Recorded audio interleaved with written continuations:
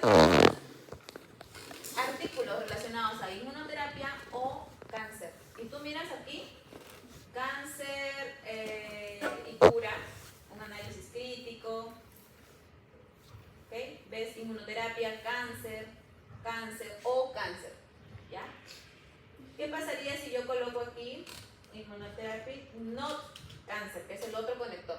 Que no lleve la palabra cáncer. Exacto. Entonces acá me incluye artículos que hablen sobre inmunoterapia, pero no enfocado en cáncer. Y tú puedes filtrar ahí, si tu tema es inmunoterapia, pero no en cáncer, sino en otros aspectos, ahí está. Y lo otro es en cáncer.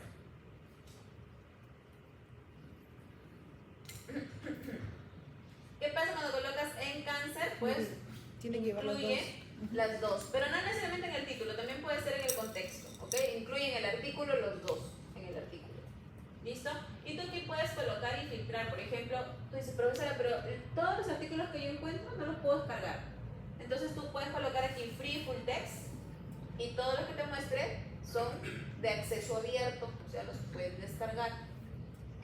Y acá incluso puedes buscar, mira, reviews, que es lo que tú vas a hacer, para que te vayas guiando cómo es un review, ¿ya? Los años de antigüedad, ya saben, son 5, pero la verdad, esto es, les he dicho también al otro grupo, o sea, yo les pido que sean 5 años de antigüedad, pero si hay un artículo que es como que el boom o súper importante para su trabajo y que tenga más tiempo, puedo colocarlo, ¿ya? Listo. Otra base de datos. Esta es la base de datos, esto que es una nueva. Ustedes la pueden encontrar buscando Europe PNC. Esa es la página, Europe PNC. Vienen a Home. Y aquí colocan las palabras con las que quieren buscar. Por ejemplo, inmunoterapia. Vamos a search.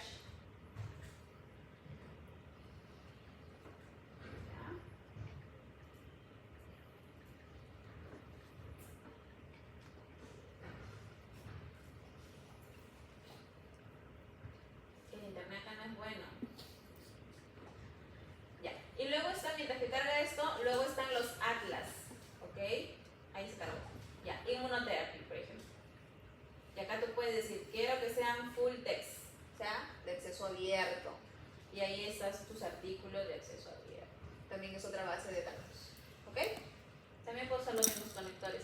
Lo interesante de esta base de datos de Europe PNC es que tiene para una búsqueda avanzada.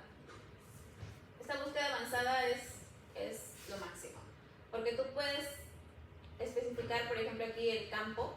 Por ejemplo, tú acá quieres buscar artículos de inmunología, etc. Puedes incluso seleccionar de acuerdo a la base de datos. Puedes seleccionar, mira, por palabras que se encuentren en la discusión o técnicas que se encuentren en metodología. O sea, es mucho más fina la búsqueda. Puedes seleccionar incluso por autor. Todos los artículos de tal autor, que tú sepas que es un doctor que trabaja en inmunología, con inmunoterapia, todos los artículos que tiene este autor publicado. Entonces tú puedes hacer una búsqueda mucho más exhaustiva. Y luego están los atlas. Los atlas que les estoy recomendando es este atlas de EMBL. EMBL. ¿Ok? ¿Cómo lo buscas? Colocas aquí Atlas EMBL.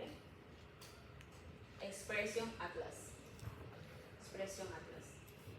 ¿Qué tiene este atlas? Este atlas contiene información de estudios en los que se ha evaluado la expresión génica en diferentes aspectos, ¿no? En diferentes condiciones. Por aquí vamos a buscar asma en humanos.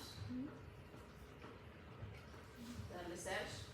Y este atlas también tiene una, digamos, un hermanito que es el atlas de single cell.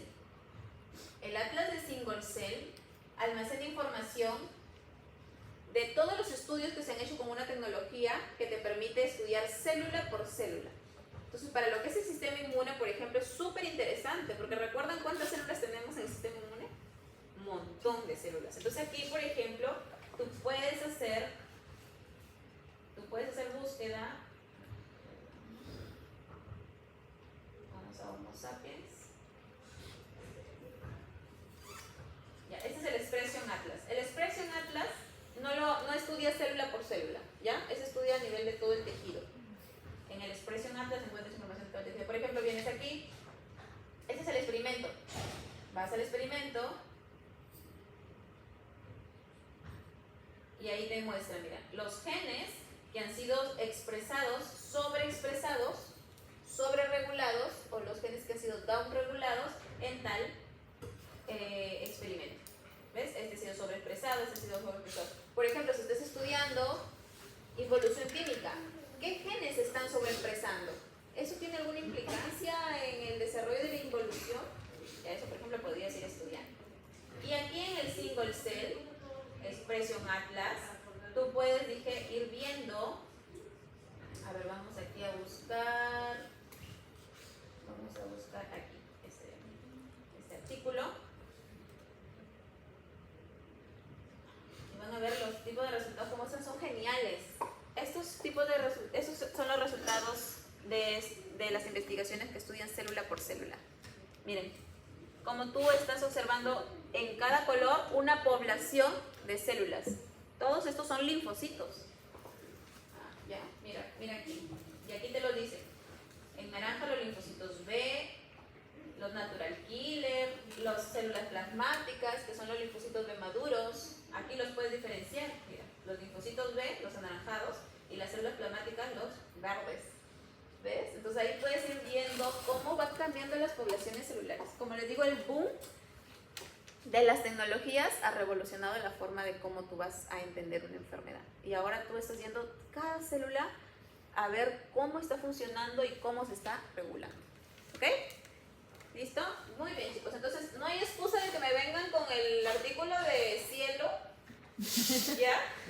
Que no está ni siquiera indicado en alguna revista a presentarme en ese review. ¿Ok? Si hacen un buen review, si hacen un buen estudio, de repente incluso lo pueden hasta publicar. Que les serviría bastante. De verdad que tener un artículo te abre las puertas como no tienes idea. Para que tengas beca, para que tengas pasantías hacia otros lugares, hacia otros países, te den fondos económicos, te acepten en una institución de renombre, etc. Muy bien, chicos. Entonces, ¿hasta aquí alguna pregunta? Muy bien. Entonces, vamos con la práctica del día de hoy. Vamos avanzando porque son 2 prácticas en una sola. Vamos a observar elementos formes en la sangre. Y recuerden en la teoría que habíamos estado viendo que habían células que íbamos a encontrar en la sangre, obviamente, que iban a estar, iban a tener un origen, la médula ósea. La médula ósea, aquí en la médula ósea vamos a encontrar las células madre hematopoyéticas. 2 linajes. ¿Recuerdan cuáles eran esos 2 linajes? Linfoide y mieloide. El linaje linfoide me va a dar lugar a los linfocitos. Ahí tenemos linfocito T, B y natural killer. Y el linaje mieloide me va a dar lugar a todas las otras células. ¿Qué encontramos en todas esas otras células? Eritrocitos, que son los más abundantes en la sangre. Y luego encontramos los granulocitos, no, un momentito, todavía. No decir agranulocito, porque esa es otra forma de clasificación y es aquí donde los alumnos generalmente se confunden. En este caso es según origen. Clasificación según origen, 2 orígenes, linfoide y mieloide. Acá tenemos los eritrocitos, granulocitos, monocitos, células dendríticas, macrófagos. ¿Ok? Esa es una forma de clasificación. La otra forma de clasificación es esta, según la función. Y aquí, ¿qué vamos a tener? Eritrocitos y leucocitos, o sea, glóbulos rojos y glóbulos blancos. ¿Por qué les digo acá diferenciar? Porque cuando yo les pongo en el examen que me digan la clasificación o eso, ahí se equivocan un montón. Pero por eso yo les estoy avisando, para que no se equivoquen. Entonces, eritrocitos, glóbulos rojos. Leucocitos, glóbulos blancos. Los leucocitos se dividen en 2. Los que tienen gránulos, granulares, y los que no los tienen, los agranulares. Hay 3 células dentro de los granulares: neutrófilos, eosinófilos y basófilos.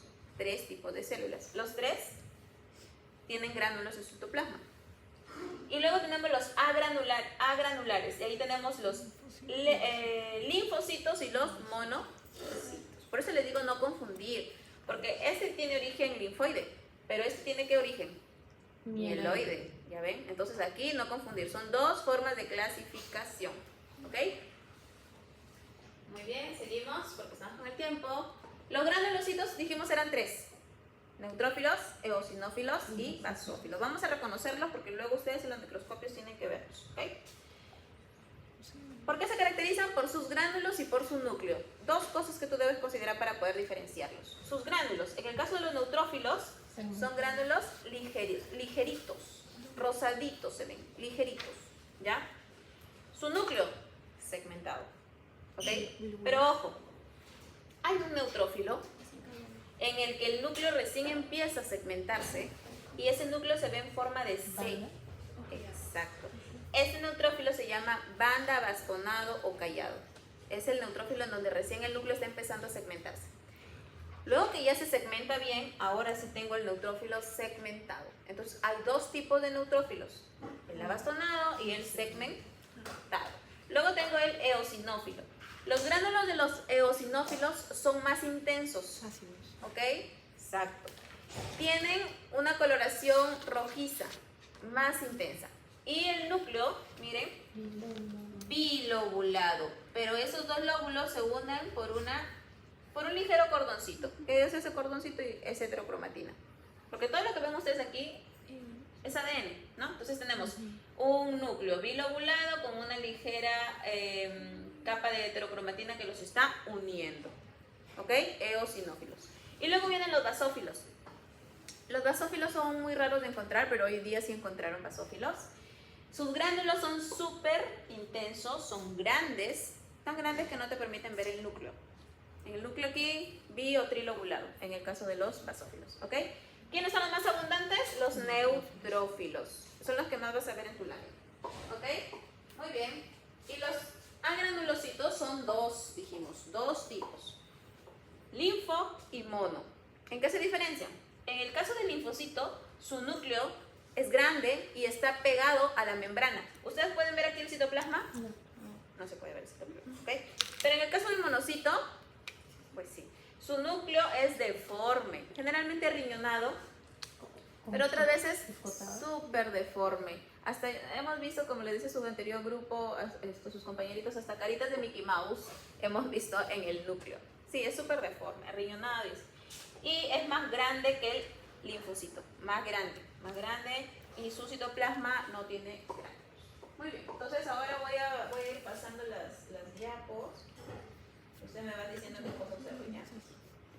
No van a hacer esta parte de tinción por el tiempo, pero sí van a observarlos en el microscopio.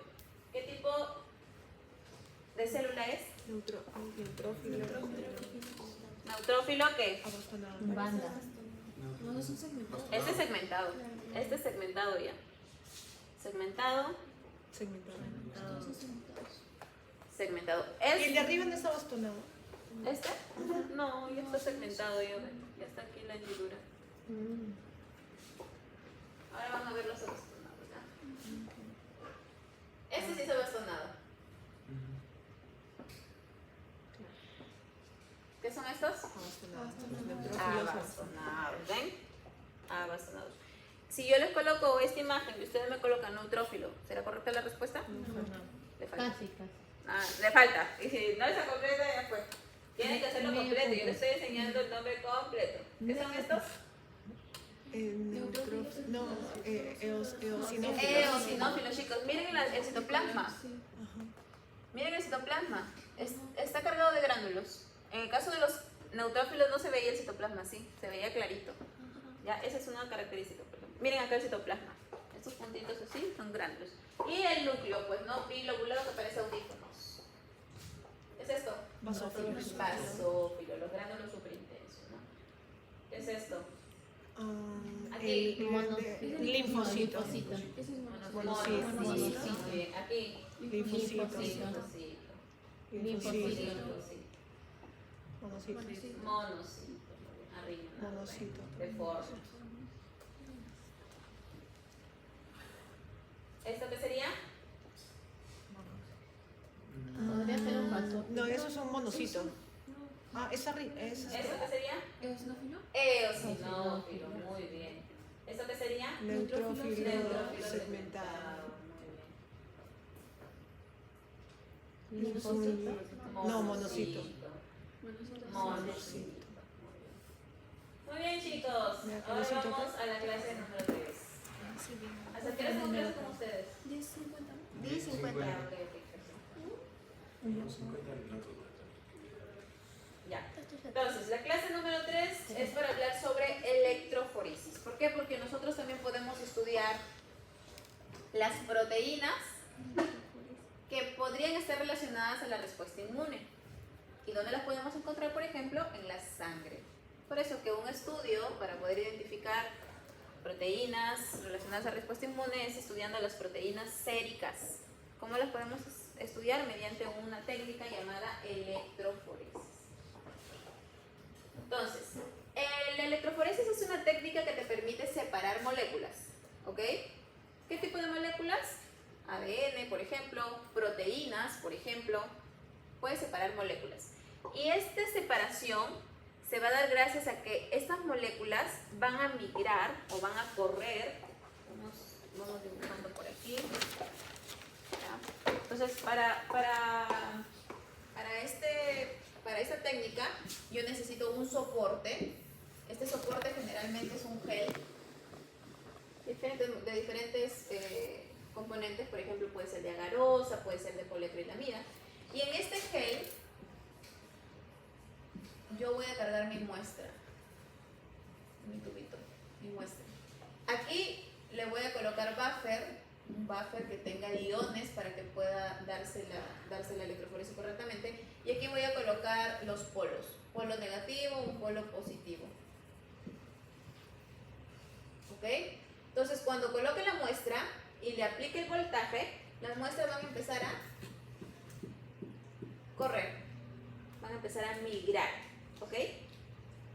A esto se le conoce como electroforesis. Y estas cuando migren, van a empezar a separarse. ¿Quiénes creen que van a migrar más rápido? ¿Las más pequeñas o las más grandes? Las más pequeñas. Las más pequeñas. Aquí yo voy a tener la más pequeñita y acá voy a tener la más grande, la más gordita. Se demora en correr. ¿Ok? Entonces así van a ir migrando, de acuerdo a su tamaño. También podría separarlos de acuerdo a su carga, pero ya vamos a ver cómo hacemos nosotros en el caso de las proteínas. Porque, por ejemplo, yo les digo, yo puedo migrar aquí ADN, y el ADN, recuerdan, tiene carga negativa por los grupos fosfato, es un polianión. Entonces, obviamente, como tiene carga negativa, va a correr hacia el polo positivo. Pero en el caso de las proteínas, ¿qué pasa? ¿Las proteínas tienen carga negativa? ¿Tienen carga positiva? ¿Todas? ¿No todas? Ah, ya. Recordemos, chicos. Bioquímica. Lo 3. Este es un aminoácido. Grupo amino, grupo carboxilo, el hidrógeno y su cadena lateral. Dependiendo de la cadena lateral, yo voy a tener aminoácidos cargados positivamente, aminoácidos cargados negativamente y aminoácidos neutros. Una proteína no está formada por un aminoácido. Una proteína está formada por muchos aminoácidos. Por muchos aminoácidos. Entonces, al final, la carga neta de la proteína es la sumatoria de todo. Entonces, si yo coloco esta proteína así como tal, aquí en este sistema, y le coloco estos polos, yo en realidad voy a tener un sesgo de información, porque algunas proteínas van a estar cargadas más positivos y otras proteínas van a estar cargadas más negativos. Entonces, tenemos que hacer algo para igualar las cargas de las proteínas. ¿Ok? Y ese algo, vamos a verlo en este video.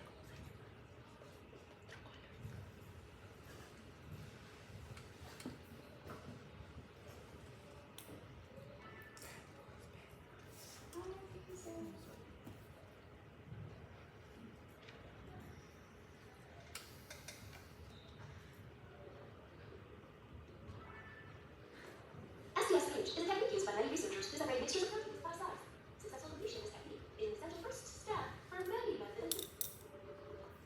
Chicos, ¿saben alguien que no sepa inglés?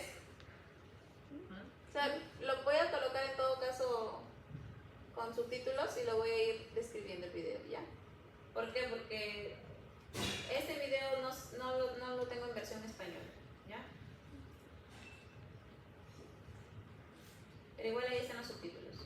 Dice música alegre, Ay, que está descrito. rítmica y alegre. Abajo está en español. Sí, solo que todos ven. Pero entonces, esta es una técnica conocida como SDS Page. Voy a bajarle el volumen. Se ve la computadora. Ya, SDS Page, que significa sodium dodesil sulfato poliacrilamid gel electrofor. Sí, ya vamos a entender todo ese trabalenguas, ¿ok? Porque hay dos componentes, uno es SDS y el otro es Page. Igual lo que yo voy a hacer es separar mis moléculas. Este más o menos es el resultado final, ¿ya? De un gel en el que se han migrado proteínas. El primer componente es el SDS, ¿ok? El SDS viene de las siglas, que lo coloquen, dodesil sulfato sódico, ¿ok? Ahí está. Dodesil sulfato sódico o sodio dodesil sulfate. Esta es una molécula que lo que hace es unirse a los aminoácidos de la proteína y conferirles una carga negativa, ¿ok? Esta molécula se une a toda la proteína, a todos los aminoácidos de la proteína. Miren, ahí está la proteína, está plegada correctamente y cuando los SDS se unen, todos le van a conferir carga negativa y además la van a desnaturalizar. La migración ahora sí se va a dar hacia el polo positivo, porque todas están cargadas negativamente, ¿ok? Y el otro componente, que es el Page, básicamente es el gel donde voy a migrar, en este caso de poliacrilamida. En este gel de poliacrilamida yo básicamente lo que tengo es como una matriz de poros, ¿ok? Porque es como un entramado poroso en donde yo voy a cargar la muestra y con el pasar del tiempo y la aplicación del voltaje, estas muestras van a migrar de acuerdo a su peso, ¿ok? No a su carga, porque ya todas están uniformizadas con carga negativa.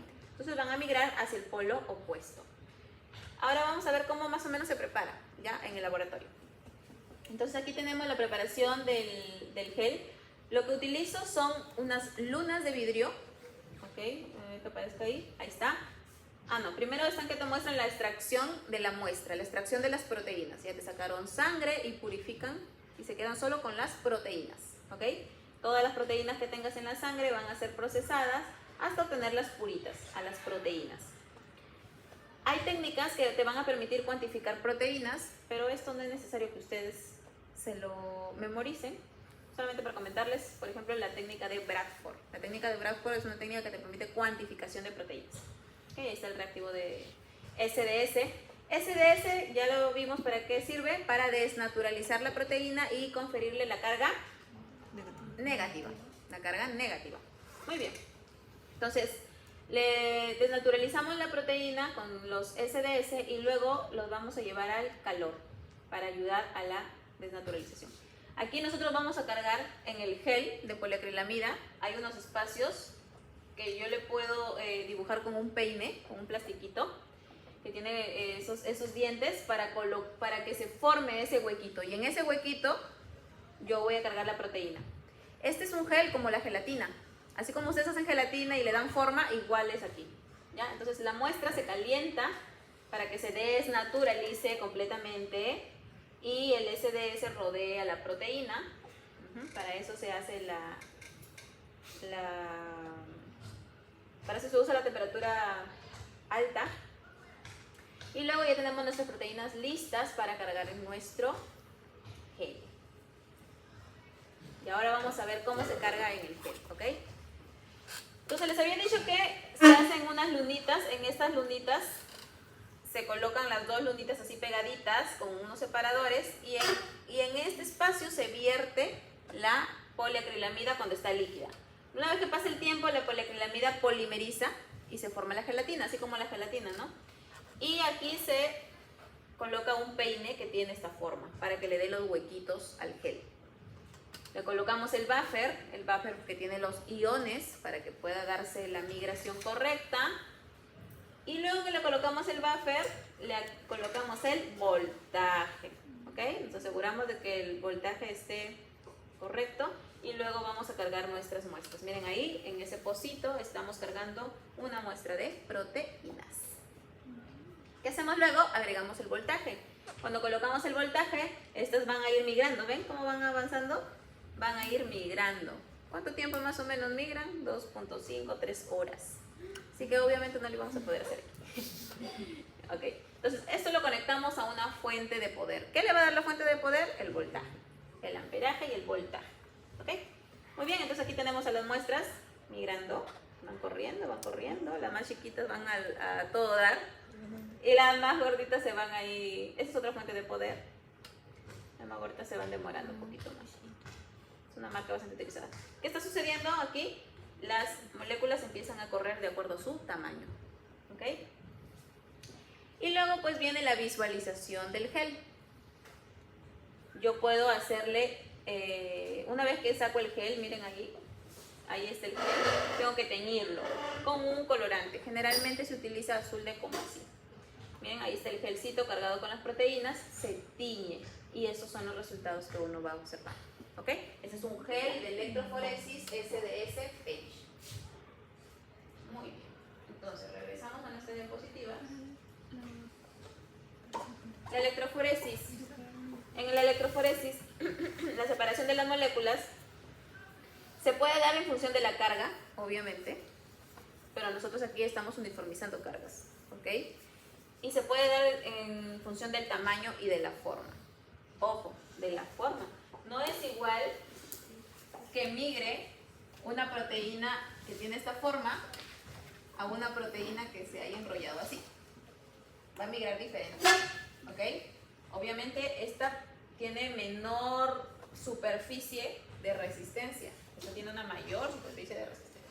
¿Ok? Entonces, carga, tamaño y forma. En el caso de nosotros, lo que hacemos es eliminarlo, el factor carga, y nos quedamos solo con tamaño.